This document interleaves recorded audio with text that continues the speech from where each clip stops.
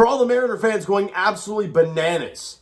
And the last, few videos I did, and it was the series preview, and going absolutely bonkers, right? Oh, where's this guy? Guy's a chicken. This, he just lost. He's not going to do it. All this nonsense. If you didn't listen, I said I was going to be away. Now, did I say I was going to upload it? Yes. But you know what? When you're away, and if you've ever played organized sports and you get into a hotel with a bunch of friends and you're having a good time, the last thing you want to do is leave the party. Leave having a good time to do a video in, look, hotel Wi-Fi. You guys know how that is. It's awful. So I'm like, I'm not even going to test this nonsense. And if you also know, this channel is not strictly one team. It's Raptors, it's Leafs.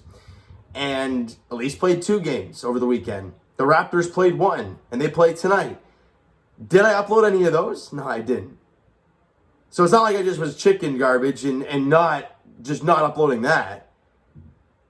It also helps that the season's over on some history nonsense. And look, I'm going to start with this. I gave you that spiel. I explained why I didn't do the videos.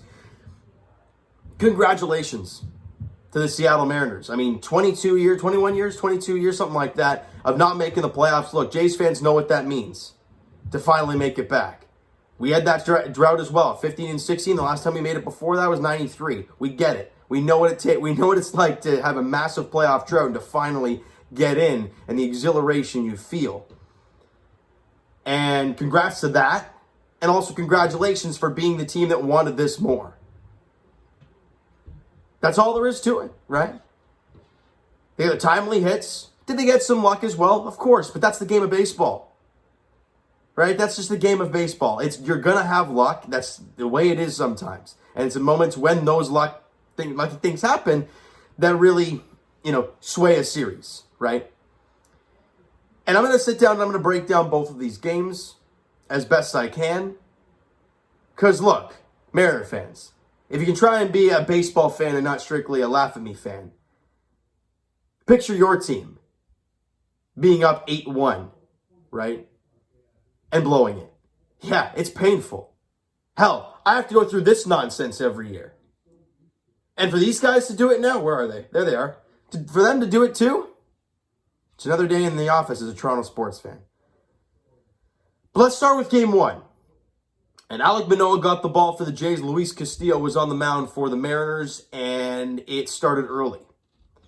And you knew Manoah was going to be pumped, right? Edwin throwing at the first pitch. I was there, the crowd buzzing. It was a lot of fun, lots of energy. And I believe he had 2 strikes on Julio Rodriguez to start off the ball game. By the way, that kid is something else, man. The sky's the limit for that young fella. And he hits him. And if there was any knock on Alek Manoah in his young career so far, it's that. His minor league stats before he even came up to the Blue Jays. You look at his AAA numbers where he had like 3 or 4 starts. He hit more guys than he walked. Like, it's just a really weird stat. And he starts this ball game with a hit by pitch. And you can't do that.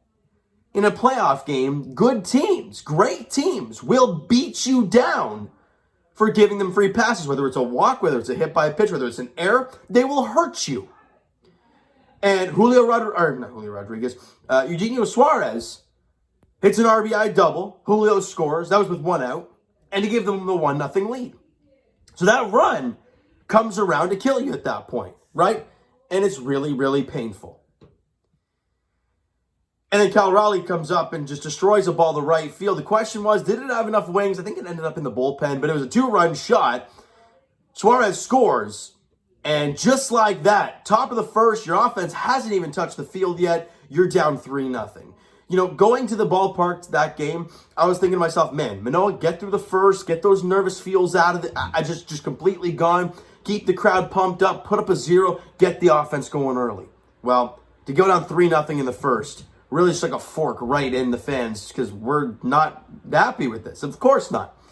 And with Luis Castillo on the hill, who I wanted dearly at the deadline, and congratulations yet again to the Seattle Mariners for landing an incredible right-handed arm who's just got immense talent. He shoved the Jays. They were chasing everything. I think the chase rate was like 44%, which is like, what was it, 44.5%? It's like the highest we've seen since 2019 or some stupid number. Tells you the approach at the plate sucked for the Jays. But also, When you throw 99 in 100 fastball and you have a 99 sinker as well, like the deception is crazy. Jays can't get any offense going whatsoever. And whenever they did have any offensive opportunities, it was with 2 out, and they couldn't cash anybody in. Top of the 5th inning, Eugenio Suarez, gets into a fielder's choice. Julio scores. Again, how did Julio get on base in that 5th inning off of Alek Manoah? Hit by pitch. 2 of their 4 runs were scored by Julio Rodriguez. Well, what did Julio do? He got hit by pitch twice, and both times came around to score. And if you're Alek Manoah, you cannot be doing that.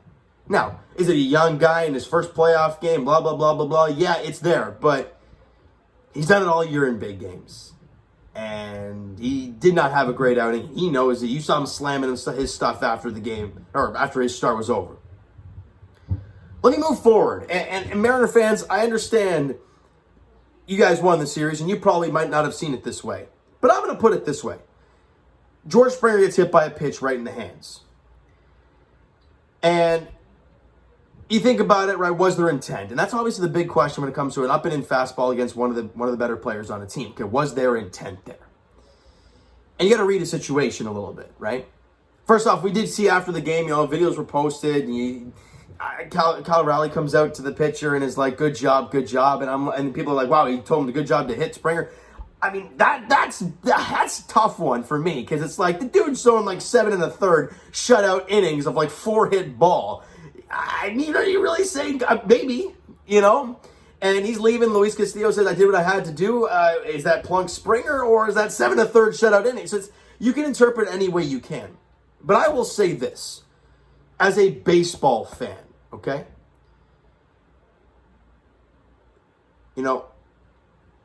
Castillo had been pounding the strike zone all game long, albeit, a lot of swing and miss from the Jays. His strike to ball ratio was absurd. It was like 2-1. It was or something like that. He was like, at one point I looked up and I'm like, man, this guy's like 60 strikes to like 78 pitches. Like, he's just pounding the zone. And he gets Whit Merrifield to start that inning. Well, why would you let him face Springer again, right? If you're going to do that. And then he plunks him and then you pull him. And I'm like, well, on the first pitch, right? Up in the hands, up near the face. And I'm like, And George Springer is the only experienced and very good in the playoffs guy for the Toronto Blue Jays. And I'm like, okay, that's really weird. Why why that would happen. And then right away, you plunk him and you're gone. I just don't understand that part of it. Now, could it be a conspiracy? Could it mean nothing? It's quite possible. But it's just that really weird factor of like, okay, well, why would you even let him face the top alive again? If you wanted to see him face Merrifield, then pull him, fine. I get that. Because you want to, get the number 9 guy and then turn it over to like Munoz or whatever. Well, that didn't happen. So you can take it for what it is. But again, I don't know how much I want to read into that. Offensively, George Springer, and obviously George Springer was not the same after that. Left the game, I believe, after that. Or maybe he had one. I don't think he had one more. He was gone after that. And then went over 3 of 3 Ks in the next game, right? And then, obviously, the injury left the game. So it's like he clearly wasn't right after that. 2 for 3 in that first game. Matt Chapman went 2 for 4. 7 hits total for the Blue Jays. 7 strikeouts in the ball game. I can't remember how many walks. I didn't write it down. Doesn't matter. Alek Manoah, 5 2/3, 4 hits, 4 runs, 4 Ks, and a walk. Only allowed 4 hits. But when you allow guys on with hit by pitches, they will more often than not, especially when it's the number 1 guy in the order, it'll come around and hurt you quite a bit. And the bullpen did a good job. Tim Mayza threw a clean inning. Garcia went a third of an inning on 1 hit, and that was it. Zach Pop went a third of an inning. I have 2 hits and a strikeout. And Trevor Richards went a clean inning of work, had a walk and a K, and Adam Simber went 2/3 of an inning, and that was it. Let's move to game 2. And this is the one that pains the Blue Jays, rightfully so. And let's quickly get through this. Obviously, Robbie Ray, Kevin Gausman on the hill, right? Jays fans, Robbie Ray, former Cy Young Award winner with the Blue Jays. Kevin Gausman was signed with the Jays instead of Robbie Ray. We figure out he's unvaxxed. We're like, well, that's probably why he didn't sign. We go into this. Bottom of the second inning, Teoscar Hernandez destroys a 2-run shot. Kirk scores 2-0 Blue Jays. We're like, hey, this is fantastic stuff. Beautiful. Bottom of the third inning, Vladdy hits an RBI single. Espinal scores 3-0 Jays. Oh, this is beautiful. Bottom of the fourth, Teo takes Robbie Ray deep again, and it is 4-0 Jays. This is phenomenal. Top of the fifth inning, Jared Kelnick hits a sacrifice fly, making it 4-1. That's all right. It's only 4-1. You're doing a good job, guys. Bottom of the fifth inning, on a wild pitch, because whatever the hell his name is, couldn't throw a strike. There was a wild pitch. Espinal scores. Then with the bases loaded, Teo gets hit by a pitch. Obviously no intent there. With the bases loaded, you don't want to hit a guy, right? Then Matt Chapman hits a sacrifice fly. Vladdy scores. Then Jano hits an RBI double. Alejandro Kirk scores. And the Jays are running this thing up. It is 8-1 Jays. And you go to the 6th inning, and you are buzzing right now. It is phenomenal stuff. Kevin Gausman then loads the bases with nobody out. And we're like, oh, God, this is a disaster waiting to happen, but we trust Kevin Gausman enough. He gets the next 2 guys. Now, this is where the question comes in, and this is where John Schneider has taken the most heat since last night. He takes out Gausman for Anthony Bass to face Carlos Santana. Santana's numbers against as a righty are better than as a lefty. So you turn him around to his better side. I don't know what the player-for-player matchups are, but that's what I know. And I look at Kevin Gausman, and I'm like, you paid this guy over $100 million. He got the bases loaded, nobody out, doesn't matter. He is right there. And it's an 8-1 ball game. You got 1 out. Now, Carlos Santana, yes, he did just, in the last inning, hit a ball off the wall. But Gausman is your guy. You got to go with him. And Santana's left side isn't as strong. So you're like, you got to take that chance. No. They go to Tim Meza, and I believe it was the very first pitch he throws in the dirt. It's wild. Ty France scores, and it's now 8-2. And we're like, well, not good there, but as long as you get 1 out, it doesn't matter. You're still up by 6. He then proceeds to give a 3-run shot to Santana. In comes Raleigh and Suarez, and it is now 8-5. We're like, well, we still got a 3-run lead here. It's still not that bad. And he gets out of the inning. Whoop-de-doo. There we go. But then we go to the bottom of the 7th inning, and Danny Jansen gets an RBI single. Teo scores. All right, Jays got to run back. It's now 9-5. We're like, okay, we're all right here. Got a 4-run lead. We feel pretty good. It's now not even a save situation for Romano. We're feeling okay. Anthony Bass goes out there and falls flat in his face. Now, yes, he has deleted his Twitter now because he's probably getting a lot of backlash. And I hate to say it, but you were the big acquisition at the deadline out of the bullpen. You give up 3 hits and 3 runs. I think it was like a double and 2 singles. Can't get an out. And he really struggles, and he gets yanked because they got to find a way and get Jordan Romano in this ballgame. By the way, on one of those hits from off of Anthony Bass, Cal Raleigh hits the RBI single. Suarez scores to make it 8-6. And we're like, this is, no, it wasn't 8-6. It was 9-6, excuse me. Then Romano comes out, right? And I believe he gives up a single to start that, right? And we're like, great, bases loaded. Now, again, this is not good. I believe he then gets the next 2, and we're like, hey, you are 1 out away from getting out of this. This is massive. Pop up to center field. Now, right off the bat, I'm like, this might be trouble. But I trust these guys, but it might be trouble. Bo and Springer go out. They collide. Look like Bo's elbow or arm hit Springer. Springer's down for the count. He is not moving very quickly at all. Bo's down holding his elbow. And while all that's happening, 3 runs score. Frazier, Haniger, and Raleigh score. And it's 9-9. And Rogers Center is silent for quite a few reasons. One, Springer's lying there looking like a star out there, just lost. Bo Bichette's slowly getting up with his elbow. He ended up being okay. And there's also the fans that are like, it's tied now. We were up 8-1. We're tied.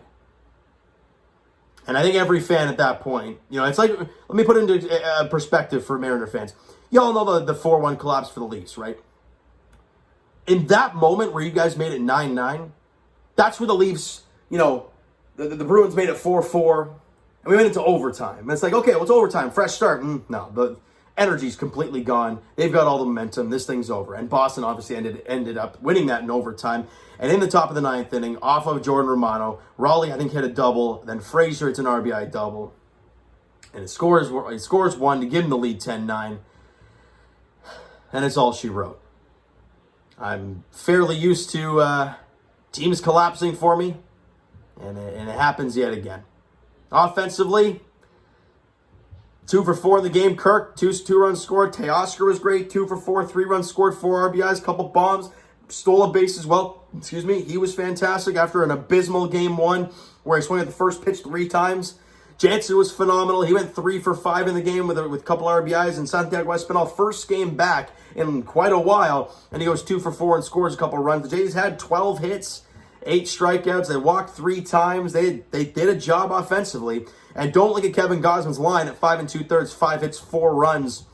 and say he pitched awful, because if you watch the game, you know exactly what happened. He had 7 Ks and 1 walk. He was outstanding. Tim Mesa, third of an inning, 1 hit, 1 run, and a couple Ks. Doesn't really matter because it was a 3-run shot to Santana. Jimmy Garcia went 2/3 of an inning, did a really nice job getting out of that 6th inning. Or no, 6th inning? No, I think Tim Mesa had a fiasco in the 7th, and that's when I can't remember exactly. Honestly, it's quite a big blur from last night. He got one strikeout in that inning, and then obviously Anthony Bass didn't record an out, allowed 3 hits. All 3 runs were charged to him, and Jordan Romano went an inning and 2/3, allowed 4 hits, albeit the blooper was one of them. Couple runs and struck out 4 of the 5 guys that he got out. Adam Simmer went a third of an inning, allowed a walk, but that was it. Let's also talk quickly about the Whit Merrifield hit by pitch as well, because that's one that I thought was more intentional, right? And here's why. If base open, it's 8-1. You bring in a guy who can't find the strike zone to save his life sometimes, and Diego Castillo.